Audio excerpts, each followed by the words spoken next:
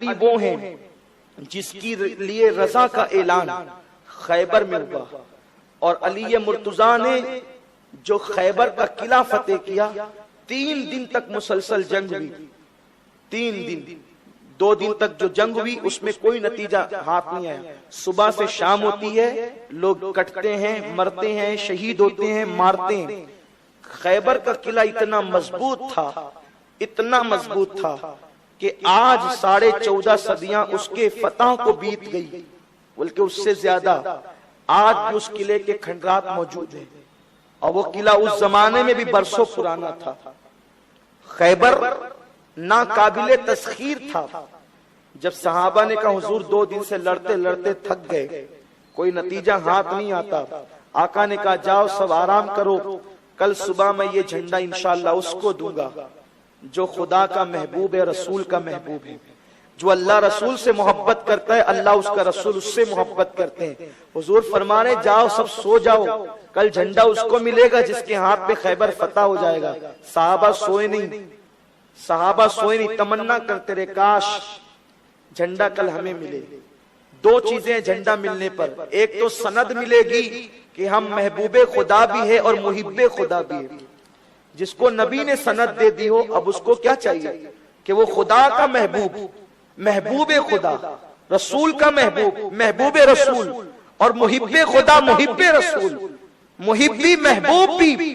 تو ایک تو یہ، اور دوسری یہ کہ بہت بڑی تاریخی فتح خیبر کا قلعہ فتح۔ صبح ہوئی، فجر کی نماز کے بعد ہر صحابی جلدی جلدی تیز آئے کہ ہو سکتا ہے یہ میرے مقدر میں ہو، لیکن جس کے مقدر میں تھا وہ نہیں آیا۔ جن لوگوں کو جھنڈا نہ ملنا تھا وہ سب آ گئے، اور جس کو ملنا تھا وہ نہیں آیا۔ آقا علیہ السلام کی بارگاہ میں سب منتظر کھڑے تھے، حضور کس کو دیتے ہیں، آقا کس کو دیتے، حضور کس کو دیتے ہیں۔ ایسے میں حضور نے سب طرف نظر دوڑائی اور پھر فرمایا این علی، علی کہاں ہے؟ سب نے عرض کیا حضور وہ نہیں آئے۔ کیوں نہیں آئے؟ خیبر کی جنگ میں 2 دن لڑے، تیسرے دن کیوں نہیں آئے؟ عرض کیا یا رسول اللہ ان کی آنکھیں آئی ہے، آشوب چشم ہے، یعنی جب آنکھیں آتی اس کو آشوب چشم کہتے ہیں۔ آقا حضور ان کی آنکھیں اتنی دکھ رہی ہے کہ وہ اٹھ کر چلنے کے قابل نہیں۔ فرمایا بلاؤ علی کو، علی کو بلاؤ۔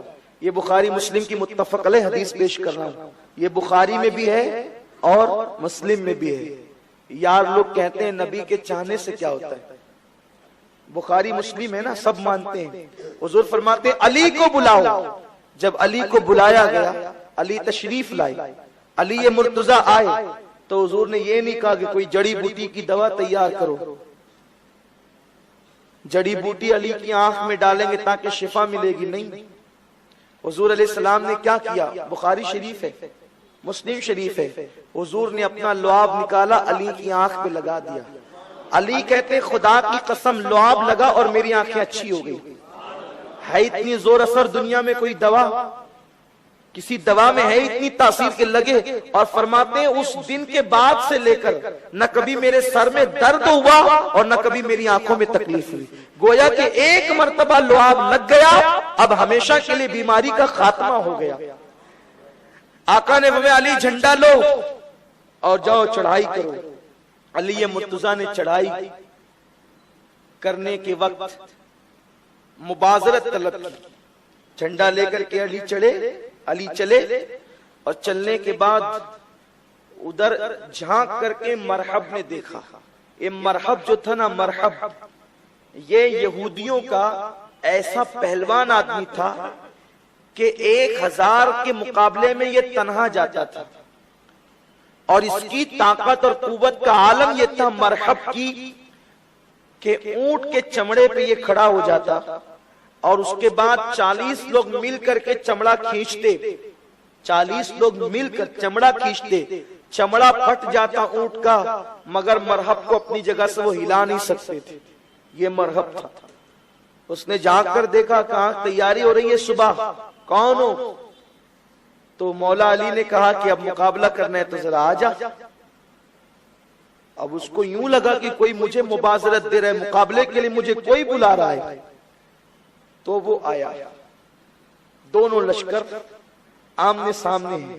اس زمانے میں جنگ کا طریقہ یہ تھا کہ جنگ شروع ہوتی تھی تو ایک ایک کو بلایا جاتا تھا، دونوں لشکر کھڑے رہتے تھے اور ایک ایک آدمی لڑتے تھے۔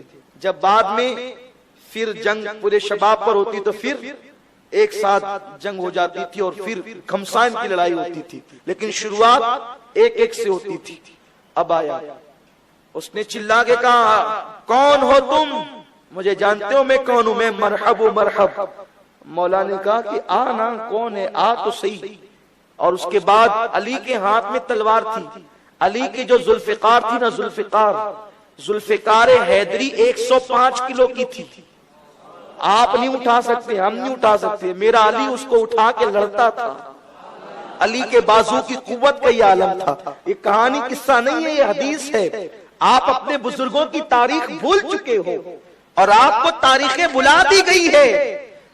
15 اگست پر، یوم آزادی کے موقع پر، آزادی کی لڑائی میں حصہ لینے والے ہر نقص و ناقص کا ذکر کیا جاتا ہے، لیکن جنہوں نے اسلام کے لیے محنتیں کی آج ان کی یاد میں کتنی مسجدوں میں تقریریں ہو رہی ہے، ذرا بتائیں۔ یہی حق تھا صحابہ کا، جنہوں نے جان کی قربانیاں دی۔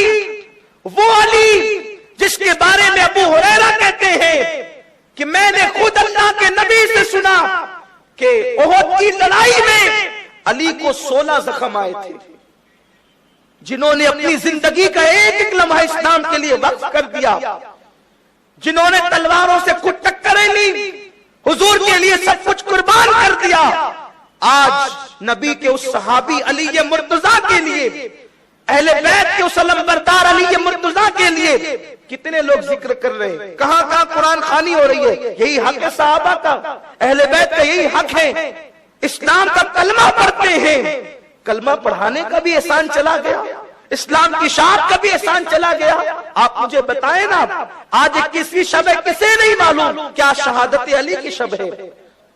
میرے پیارے آقا علیہ السلام کے پیارے دیوانوں، یہ یہود و نصارہ کی سازش ہے کہ تمہارے بزرگوں کی یاد مٹ جائے تاکہ تمہیں بزرگوں کا کردار معلوم نہ ہو۔ اس لیے کہ جب مومنوں کو پتا چلے گا علی وہ تھے جو 105 کلو کی تلوار ایک ہاتھ میں اٹھا لیا کرتے تھے، صرف اٹھاتے نہیں تھے، لڑتے بھی تھے۔ ایک حوصلہ ملتا ہے کہ جینے کا طریقہ یہ ہوتا ہے، جینے کا انداز یہ ہوتا ہے، جینے کا سلیقہ یہ ہوتا ہے۔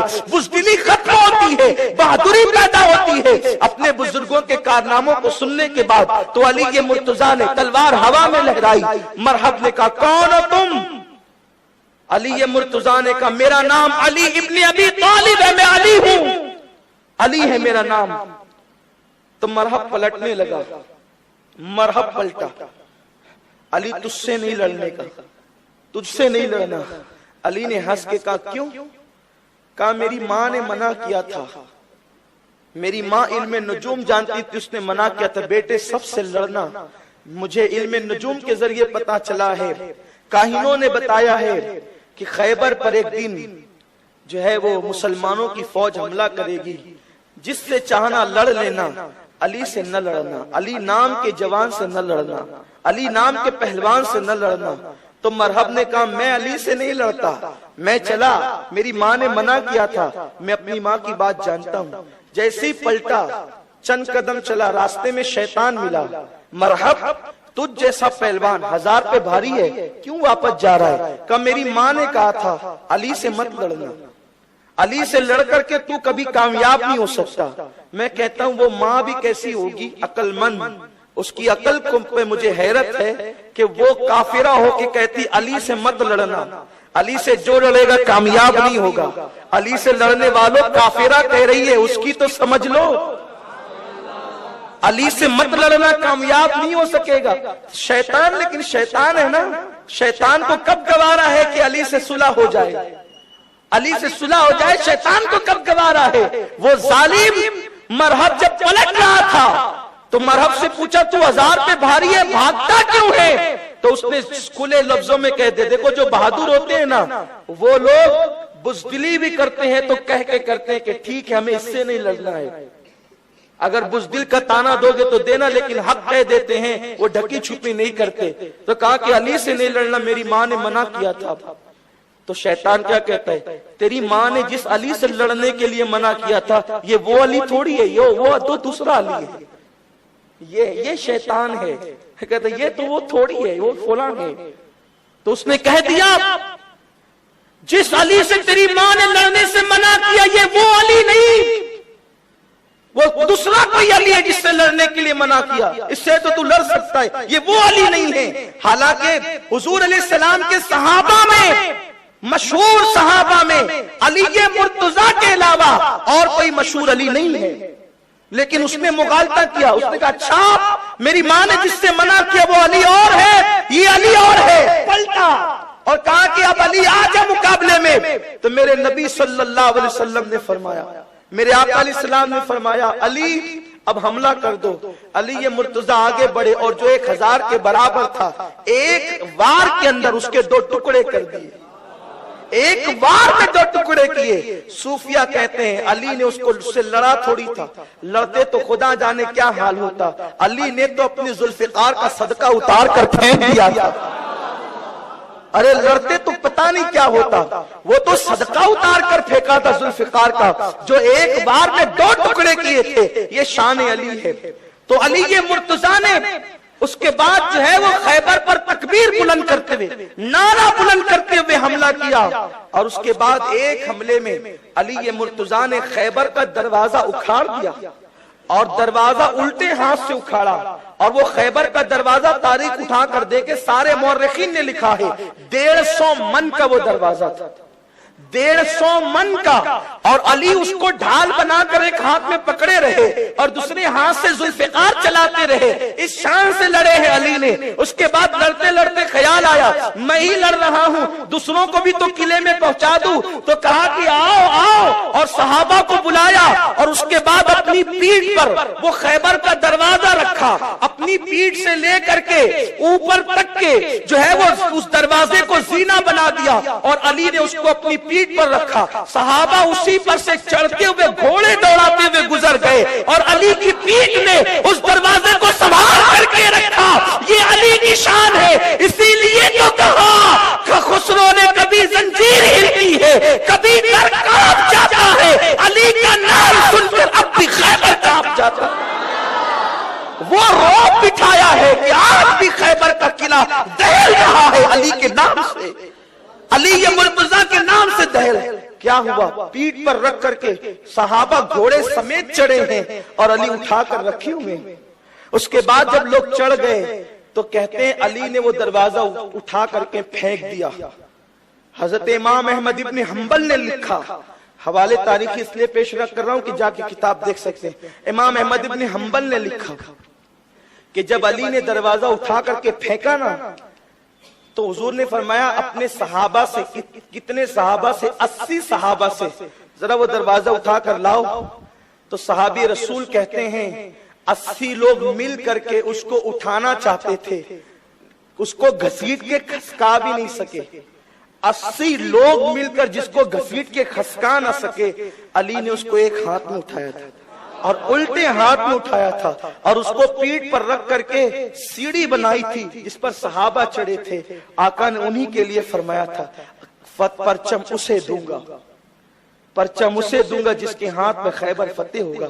یہ علی مرتضیٰ کی شان ہے، یہ علی مرتضیٰ کا مقام ہے۔